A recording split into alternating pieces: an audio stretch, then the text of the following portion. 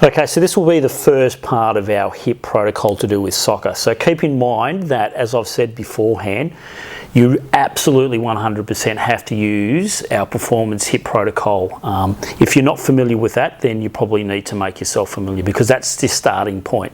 Once you've cleared out all those restrictions with the hip, whether it be the hip extension, be the adduction, or even the internal rotation, then we can start to apply these more specific techniques for soccer. So keep in mind, when we're looking at soccer players and their kicking action, they're always kicking from an external rotation point of view. So their hip is actually in external rotation as they collide or they make contact with the ball. So this is to combat a lot of the restrictions and the load that you see in that area. So we're going to be looking specifically at our deep external rotators, because they're the ones that are going to take a big brunt of that load. And this is a release technique that'll help combat all that load that builds up just from the excessive amount of kicking. So quite simply, we've got Bianca in a prone position. So we're going to locate the lower part of the greater trochanter. So I'm going to come in with just a really loose fist.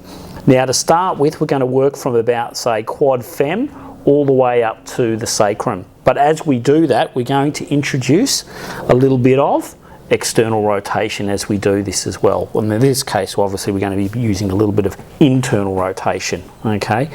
So working across the tissue and up to the sacrum, okay?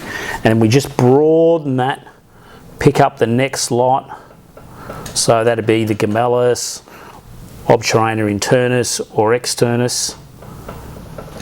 And just working through that tissue as we take it through that range of movement. And that's really important. Now, there will be several trigger points in this area here as well, which I'm more than happy for you to stop, locate, and do a little bit of digital ischemic pressure.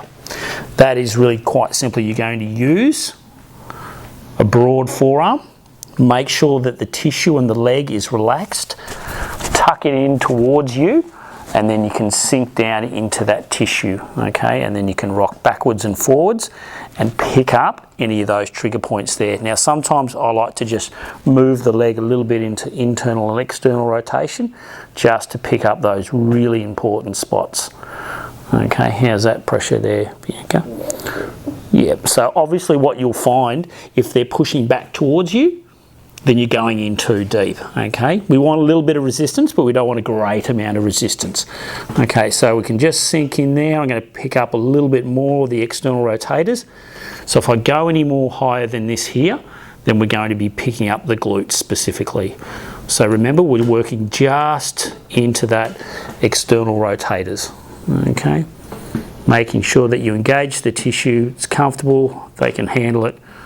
Hook into the sacrum, the lateral border of that sacrum, pick up those trigger points. Okay, repeat again. Start quad fem and work your way up.